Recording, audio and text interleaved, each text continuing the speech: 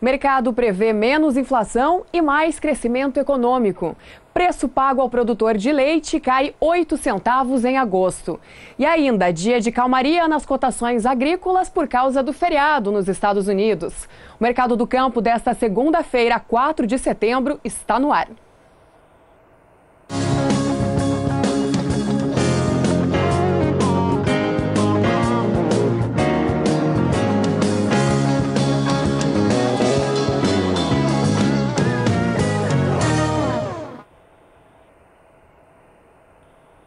Olá, eu sou Sara Kirchhoff e falo ao vivo dos estúdios da B3 em São Paulo. Teste de bomba de hidrogênio da Coreia do Norte provoca instabilidade no mercado econômico. O que limitou as perdas do dólar frente a outras moedas ao redor do mundo foi o feriado do Dia do Trabalho nos Estados Unidos, nesta segunda-feira. Frente ao real, a queda do dólar comercial foi de 0,31%. E a moeda americana termina o dia de hoje a R$ 3,13 centavos mais 80. Enquanto isso, o índice Bovespa, o principal índice aqui da B3, teve alta hoje de 0,28%, encerrando o dia aos 72.128 pontos. Essa alta ela vem impulsionada principalmente pelos papéis das siderúrgicas e uma empresa que esteve entre as principais altas do dia aqui na B3, foram as ações da Braskem. E o mercado econômico prevê menos inflação e mais crescimento para o país este ano. As informações foram divulgadas pelo Banco Central em Brasília nesta segunda-feira. E quem tem mais informações é a repórter Camila Xavier.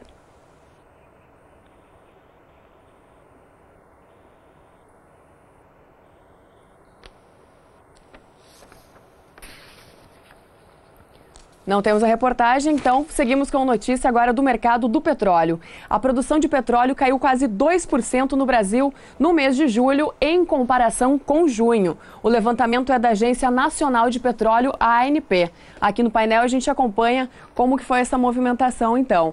A queda foi de 1,09% de julho em comparação com o mês de junho, mas em comparação com o mesmo período do ano passado, com o mês de julho de 2016, a produção de petróleo no Brasil teve uma alta de 1,5%. Estão sendo produzidos por dia mais de 2.600.000 barris. Enquanto isso, a produção de gás natural cresceu 13,5%. Como a gente também acompanha aqui na tela. 13,5% no mês de julho, em comparação com junho, e 7,3% em comparação com o mês de julho do ano passado. A produção por dia tem sido de 115 milhões de metros cúbicos. Essas informações da Agência Nacional do Petróleo foram divulgadas hoje pela Reuters. Agora sim, vamos a Brasília para ter informações com a Camila Xavier sobre o Boletim Focus divulgado hoje pelo Banco Central. Acompanhe. De acordo com o levantamento do Banco Central, a inflação para este ano deve ficar, na média, em 3,38%. Já para o ano que vem, a previsão para a inflação recuou de 4,20% para 4,18% na última semana. Para o Produto Interno Bruto deste ano, o mercado financeiro elevou sua estimativa de crescimento de 0,39% para 0,50% na semana passada. Para o ano que vem, a estimativa de expansão da economia continua a mesma, em 2%. A previsão da taxa básica de juros, a Selic, também se manteve a mesma, em 7,25% ao ano para o fechamento de 2017. Atualmente, a taxa está em 9,25% ao ano. Para 2018, a previsão dos economistas para a taxa Selic ficou estável em 7,5% ao ano. Com isso, a previsão é de que os juros deverão subir mais no ano que vem. Camila Xavier para o SBA. A produção de cana é o destaque no primeiro Boletim do Tempo de hoje, que vem lá dos estúdios da Somar, com Juliana Rezende, que traz a previsão do tempo, portanto, para o centro-sul do país. Vamos acompanhar. Agroclima, oferecimento Biomatrix, sinal verde para alta qualidade em grãos e silagem de milho. Steel, é hora de você fazer com motosserras Steel. Olá, boa tarde a todos. Nos últimos dias, a atuação de um bloqueio atmosférico mantém o tempo seco em grande parte do centro-sul do país. Isso beneficia principalmente as atividades de colheita da cana-de-açúcar e também a moagem. A disponibilidade hídrica do solo segue baixa, principalmente entre Mato Grosso, Goiás e as áreas mais ao norte de Minas Gerais. E no decorrer dos próximos 5 dias, pouca coisa muda ainda nas regiões do centro-sul do país. O tempo seco persiste na maior parte, instabilidades voltam a provocar chuva, principalmente no Rio Grande do Sul, na metade sul do estado. O volume de chuva ainda não deve ser muito expressivo, mas uma nova frente fria volta a provocar instabilidades nas áreas do oeste e também do sul gaúcho. É no decorrer da próxima semana que essas instabilidades agora avançam de forma mais expressiva e provocam chuvas em grande parte da região sul, principalmente nas áreas mais ao sul do estado de São Paulo e também alcançam as áreas mais ao sul do Mato Grosso do Sul. O volume de chuva já se torna expressivo e significativo na maior parte da região sul, com volume de chuva de até 30 milímetros. Nas áreas do Mato Grosso, Goiás e também entre São Paulo e Minas Gerais, o tempo firme ainda deve predominar. No decorrer da terceira semana é que essas instabilidades seguem ganhando força no sul do país. O volume de chuva dessa vez pode alcançar até 50 milímetros entre o norte do Rio Grande do Sul, o estado de Santa Catarina e também alcançar nas áreas mais ao sul do estado do Paraná. Agora as instabilidades avançam entre o Mato Grosso do Sul, o estado de São Paulo e também em toda a faixa leste da região sudeste. O tempo firme ainda deve predominar em áreas da região centro-oeste, Mato Grosso, Goiás, norte de Minas Gerais e também o extremo norte do Mato Grosso do Sul até o dia 19 de setembro. Então, ao longo das próximas semanas, com essas instabilidades avançando entre as regiões centro-oeste e também o interior do sudeste, pode acabar atrapalhando o andamento das atividades de colheita da cana-de-açúcar e também a moagem. Daqui a pouco eu volto com mais previsão do tempo. A Caixa anunciou que vai diminuir as taxas cobradas nos financiamentos com juros controlados de 8,5% para até 6,7% ao ano. Isso se refere às operações de custeio rural do Plano Safra 2017-2018. A redução valerá somente para setembro e vem ao encontro da estratégia que está sendo utilizada pelos bancos privados. O banco informou que disponibilizou, no total, 10 bilhões de reais para operações do crédito rural desta temporada. O Mercado do Campo faz um rápido intervalo e daqui a pouquinho a gente volta com as cotações do café. Não saia daí.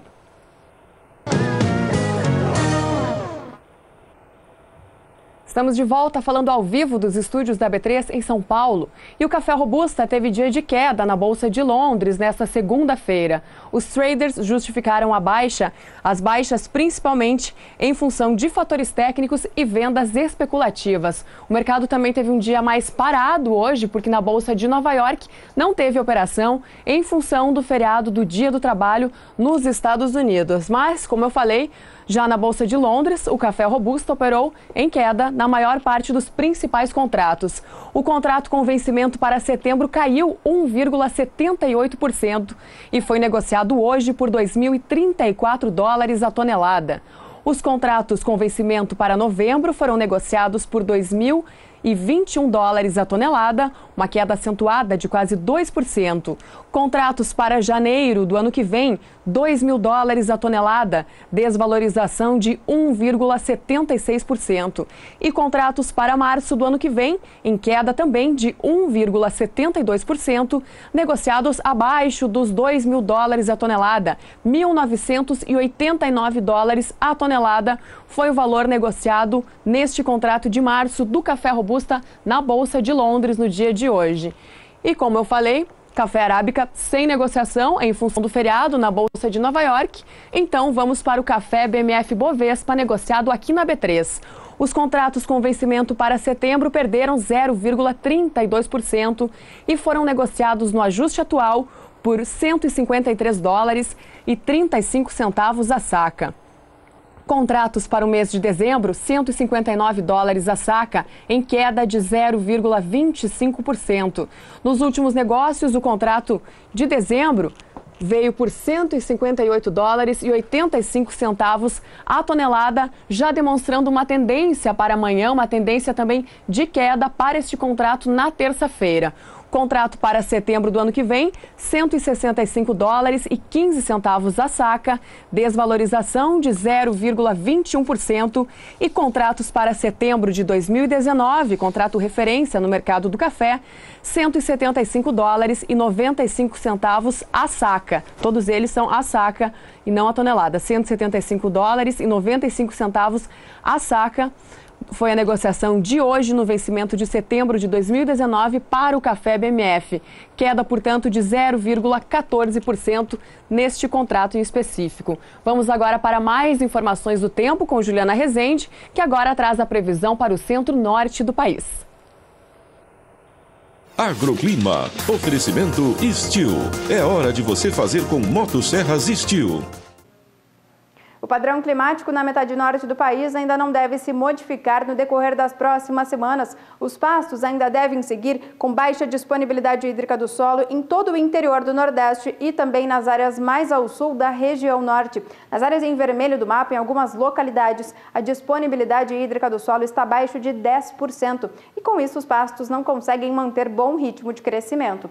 No decorrer dos próximos 5 dias, o tempo seco persiste em grande parte do interior do Nordeste, nas áreas mais ao sul da região norte. Instabilidades seguem frequentes e também fortes no extremo norte do país. Em Roraima chove forte, o mesmo também acontece na faixa leste do Nordeste, principalmente entre Salvador e Sergipe, onde a chuva ganha intensidade até o dia 9 de setembro. No decorrer da próxima semana, entre o dia 10 e o dia 14 de setembro, as chuvas perdem intensidade na região norte e acabam se espalhando para a metade oeste, alcançando áreas do Acre, do estado do Amazonas e também ainda segue chovendo entre Roraima, áreas do Amapá e o extremo norte do país. Na faixa leste do Nordeste, as chuvas seguem frequentes, mas agora perdem intensidade. O volume de chuva não passa de 15 milímetros. E no interior da região Nordeste e também em algumas áreas da região Norte, a tendência ainda será de tempo firme e dias ensolarados.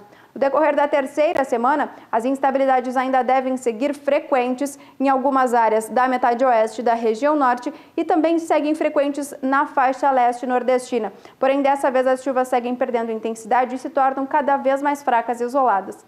Agora, no interior do Nordeste e também em algumas áreas da região Norte, como também Pará, Tocantins e o Amapá, a tendência ainda será de tempo firme e falta de chuvas. Então, ao longo das próximas semanas, alguns pastos ainda devem seguir com baixa disponibilidade hídrica do solo em algumas áreas do interior do Norte e também do Nordeste e ainda devem seguir com um ritmo mais lento de crescimento.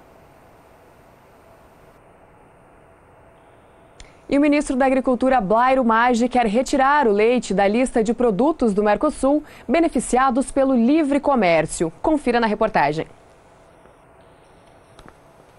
A exemplo do que já ocorre com o açúcar como forma de acabar com as distorções no mercado brasileiro provocadas pelas importações do produto do Uruguai, o Ministério da Agricultura estuda a possibilidade de retirar o leite do acordo do Mercosul para frear as importações. Representantes da cadeia produtiva leiteira reclamam da quantidade excessiva de leite importado do Uruguai e cobram do governo medidas para reestruturar o mercado nacional, evitando assim a depreciação do leite brasileiro. O Brasil não é autossuficiente, apesar de ser o quarto maior produtor do mundo. Nós produtores, Abraleite, inclusive a entidade a qual eu represento, não é contra as importações, não é contra o comércio entre países, muito menos aqui no Mercosul. O que nós somos favoráveis é que não tenha uma concorrência desleal como está acontecendo, como vem acontecendo há muitos anos. Então essa fiscalização que não acontece, não se tem uma cota de entrada do leite, o leite sempre foi usado como moeda de troca com o Uruguai. É isso que nós estamos combatendo aqui hoje, com o apoio de vários deputados que estão enxergando o problema e estamos começando essa luta e esperamos que isso nos traga realmente um resultado favorável, que daqui aconteçam desdobramentos que possam sanar esses problemas que tanto afligem e afetam a cadeia toda produtiva do leite no Brasil. Agora, nós estamos dentro de um mercado comum que chamamos Mercosul. E dentro desse Mercosul, principalmente a questão agro, o Brasil sai perdendo. Sai e muito, porque se nós trouxermos da Argentina, do Uruguai para cá o trigo e o leite, eles entram no Brasil de uma maneira muito mais barata, num custo de produção muito mais barato que é no Brasil. Só para vocês terem uma ideia, um trator que é fabricado no Brasil, seja lá lá em Curitiba, no Rio Grande do Sul, ou em São Paulo, onde tem fábricas de trator, você compra esse mesmo trator pela metade do preço no Uruguai e na Argentina, fabricado no Brasil. Então, lógico que nós temos uma competitividade de forma desleal, mas reconhecemos, vivemos num mercado comum e temos que aceitar isso. O que não podemos aceitar é a deslealdade. Por exemplo, não tem como o Uruguai produzir todo o leite que eles mandam para o Brasil. Então, o que está acontecendo? Eles estão trazendo leite de outras regiões do planeta, a suspeita que venham da Nova Zelândia, e que eles consomem internamente esse leite e exportam deles ou reexportam para nós. Camila Xavier para o SBA. E ainda falando no leite, o preço pago ao produtor de leite no mês de agosto caiu 8 centavos, de acordo com o levantamento do CPEA divulgado hoje, o Centro de Estudos Avançados em Economia Aplicada. Aqui no painel você acompanha, o preço médio praticado no mês de agosto foi de R$ 1,26 o litro. Em abril era R$ 1,36 e depois disso começou esse movimento de queda, como a gente pode acompanhar aqui no telão. Essa queda no preço do litro do leite já havia sido antecipada aqui no Mercado do Campo em uma entrevista com uma pesquisadora do CPEA, Natália Grigol, que nós exibimos na semana passada. E a tendência de queda também havia sido confirmada pela Scott Consultoria na última semana e hoje, portanto, durante a tarde, se confirmou após a divulgação desse dado. Esse valor pago ao produtor pelo litro do leite, ele representa o menor patamar desde abril do ano passado. O levantamento ele não considera nem fretes nem impostos. Esse é o levantamento, portanto, do CPEA para o mercado físico, é claro. E em comparação com o mesmo período do ano passado, ou seja, com o mês de agosto de 2016, o preço do leite pago ao produtor é 23% menor. De acordo com o CPEA, essa queda representa principalmente uma demanda enfraquecida por lácteos. Veja depois do intervalo o comportamento dos contratos futuros do milho e da soja aqui na B3. Não saia daí. Estamos de volta, sempre falando ao vivo dos estúdios da B3 em São Paulo. E em tempos de fragilidade econômica, as fusões são uma forte tendência entre empresas de diferentes segmentos. E no agronegócio não é diferente. Este foi o assunto da entrevista do jornalista Walter Pulga Júnior com o advogado Darcy Teixeira Júnior, especialista em direito societário, investimento estrangeiro, fusões e aquisições.Amos acompanhar. Doutor Darcy, obrigado por ter vindo participar do nosso programa. Recentemente tivemos anúncios na área do agronegócio, em especial de grandes fusões, né? A fusão, por exemplo, da Monsanto com a Bayer, né? Aceitou uma proposta de compra, virou uma empresa muito grande. Tivemos recentemente também a Dow e a DuPont. São grandes fusões, grandes aquisições. O senhor é especialista nesta área. Essas fusões, essas aquisições são bem complexas, não? Bastante. Primeiro, obrigado pelo convite. Acho que uma das coisas importantes para dizer é o seguinte: em alguma época no passado, provavelmente um economista, alguém brilhante, decidiu que uma fusão, uma aquisição podia ser um movimento importante, empresarialmente falando. Você pode ter fusões por vários motivos, né? E elas acontecem. Então, o que a gente percebe é que de uns tempos para cá, as coisas têm acontecido em termos de fusões. E os motivos são diversos. Podem ser entre bancos, grandes empresas de agroquímicos, empresas de medicamentos. Exatamente. No mundo inteiro. Exato. É um movimento internacional. Há um aumento dessas fusões. E evidentemente que tem um pouco a ver com economia, momento da economia, tem a ver com empresa, enfim. Tem até casos, só para fazer um comentário mais geral para depois a gente ir específico, mas tem até casos de fusões de empresas que às vezes vão sofrer o que a gente chama de uma aquisição selvagem, ou seja, quando a empresa está na bolsa, ela não tem as suas ações concentradas em um grupo e ela vai ser objeto de uma oferta pública de uma outra. Para reagir, para se defender, algumas empresas adquirem outras. E até por isso, até nesses casos, motivação de fusões e aquisições, por esse motivo, existem. Mas o que eu queria dizer, na questão do agro, que é importante, você tocou nesse assunto, perceba o seguinte: o agronegócio brasileiro é tão importante que provavelmente não tem nenhuma fusão no mundo, ou uma aquisição no mundo, que não vai afetar o Brasil. Porque uma empresa de agronegócio mundial, se ela não estiver no Brasil, é porque ela não é mundial. Ou se ela não estiver no Brasil, é porque está faltando alguma coisa para ela. Então perceba que, independente... Empresas como a Bayer, Monsanto, DuPont estão no Brasil. Estão no Brasil. E alteram o agronegócio brasileiro. E, na verdade, qualquer coisa, elas não são de origem brasileiras, elas são de origens de outros países, mas perceba que ao se unir fora do Brasil, para o Brasil tem um impacto. Né? Aliás, tem impacto para o mundo todo, mas o que eu quero dizer é assim, o Brasil vive um momento bom no agronegócio, ou é bom no agronegócio porque é muito competitivo.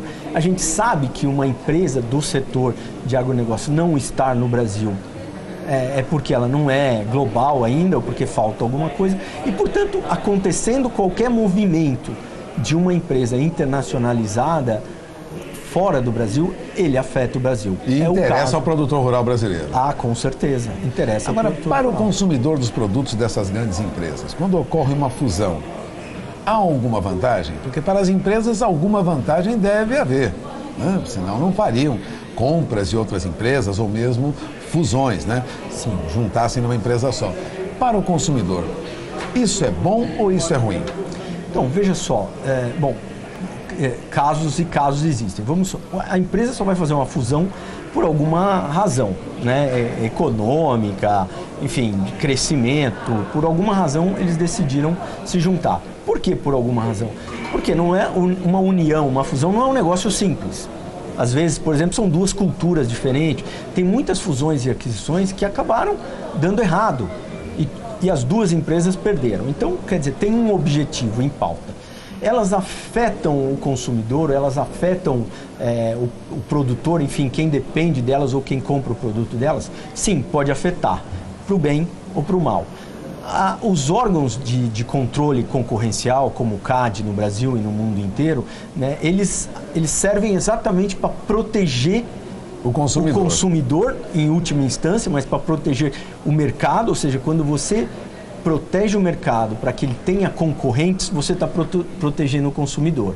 Então, o termo, vamos dizer, é da autoridade concorrencial porque ela protege a concorrência. Ao proteger a concorrência, ela não permite que uma empresa domine um setor e tal. Então, na teoria, os órgãos antitrust do mundo inteiro, e eles hoje atuam numa fusão mundial, você tem que passar por diversos CADES, vamos dizer assim. O caso da Monsanto, por exemplo, e da Bayer, passam pela Alemanha, pela Comunidade Europeia, Estados Unidos, União Europeia, Brasil, todo lugar onde ela tiver precisam algum tipo de uma aprovação para continuar a fusão. Então, quando esses órgãos autorizam, vamos dizer, a fusão, autorizam aquela transação, de certa forma eles fizeram uma análise que permitiu a eles dizer que a concorrência será preservada. Se a concorrência será preservada, significa que o consumidor, em última instância, pode ser uma empresa, pode ser um produtor rural, ou pode ser até o próprio consumidor, aquele que vai no supermercado, ele está protegido.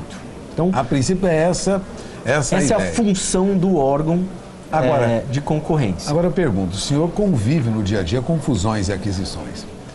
Elas têm ocorrido acima do normal nos últimos 10 anos. Muitas fusões, muitas aquisições em todo o mundo, não só no Brasil. Essa tendência a uma concentração em poucas empresas de boa parte do mercado deve continuar, doutor? Bom, então, eu não sei se eu consigo te dizer que eu concordo com você que é uma tendência, a gente vê as notícias chegam muito rápidas,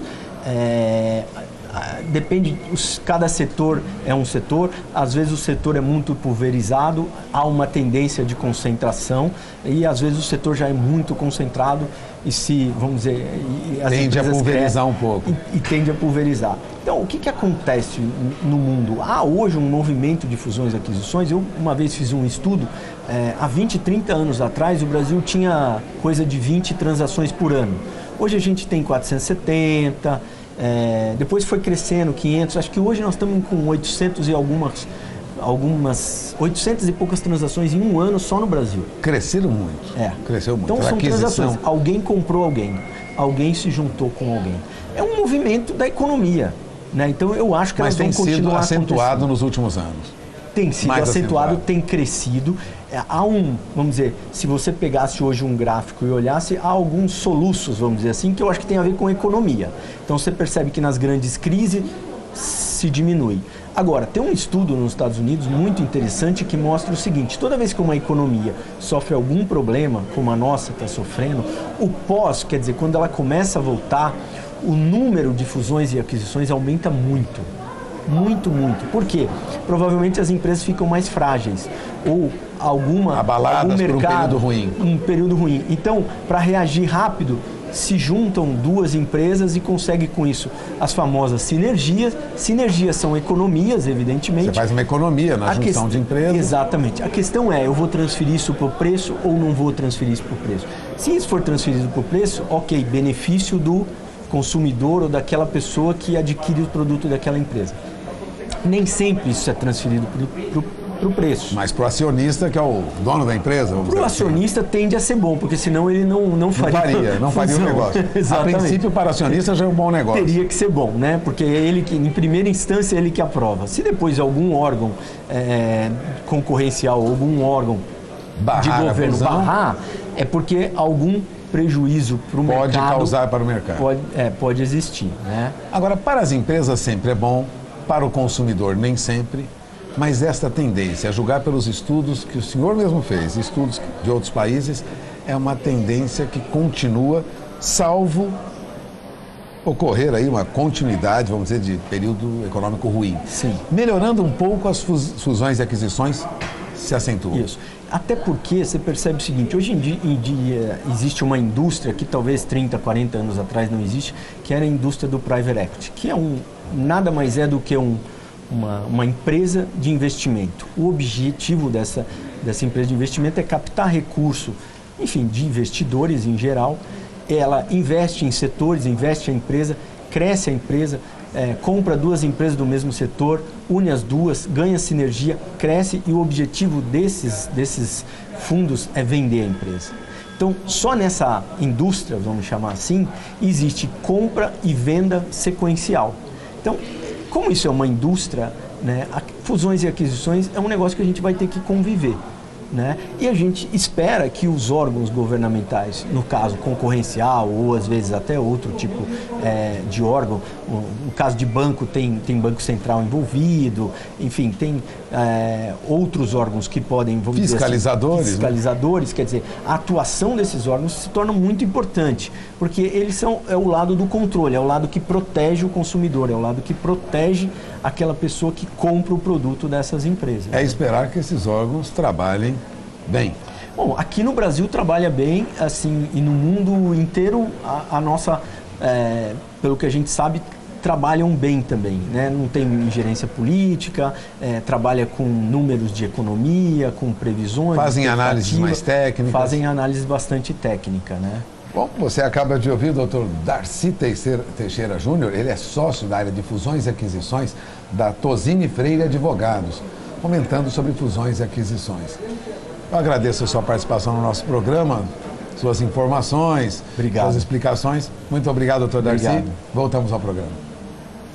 E a Bolsa de Chicago não teve negociação hoje em função do feriado, mas a Brasil Bolsa Balcão, essa sim, teve negociações e o milho, inclusive, operou em queda hoje. O estado de Mato Grosso já terminou a colheita do milho safrinha e os contratos futuro vieram operando em baixa nesta segunda-feira. O contrato para setembro caiu 0,18% e teve o preço negociado hoje no ajuste atual de R$ 27,57. Foram 140 contratos negociados deste vencimento.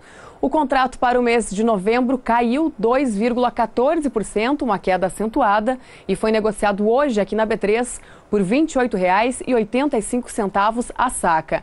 Contratos para janeiro do ano que vem, R$ 30,89 a saca, próximo da estabilidade, com uma leve queda de 0,03%. E contratos para março do ano que vem, negociados por R$ 32,50 a saca, queda de 0,28% no vencimento de março do ano que vem. A soja em Chicago também não teve negociação por causa do feriado, obviamente, e os contratos de novembro aqui na B3 da soja tiveram alta hoje de 0,48%. O preço deste vencimento foi de $20,93 a saca. Contratos para janeiro do ano que vem, $21,14 a saca, alta de quase 0,5% também. No ajuste anterior, o valor era de $21,04 e hoje, no ajuste atual, $21,14 a saca.